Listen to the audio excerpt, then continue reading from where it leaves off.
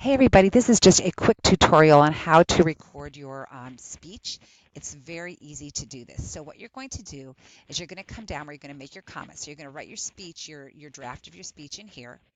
Once your draft of your speech is completed and you've typed in here, then you are going to hit the microphone. Okay, so you click on audio video recording and you can choose either audio or video, whichever you prefer.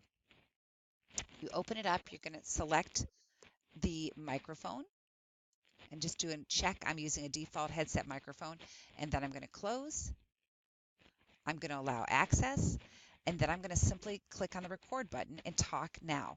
So it's not hearing me very well. There it goes. Okay, so I'm going to record. When I'm done, I hit the stop button. I can either cancel or I can start over.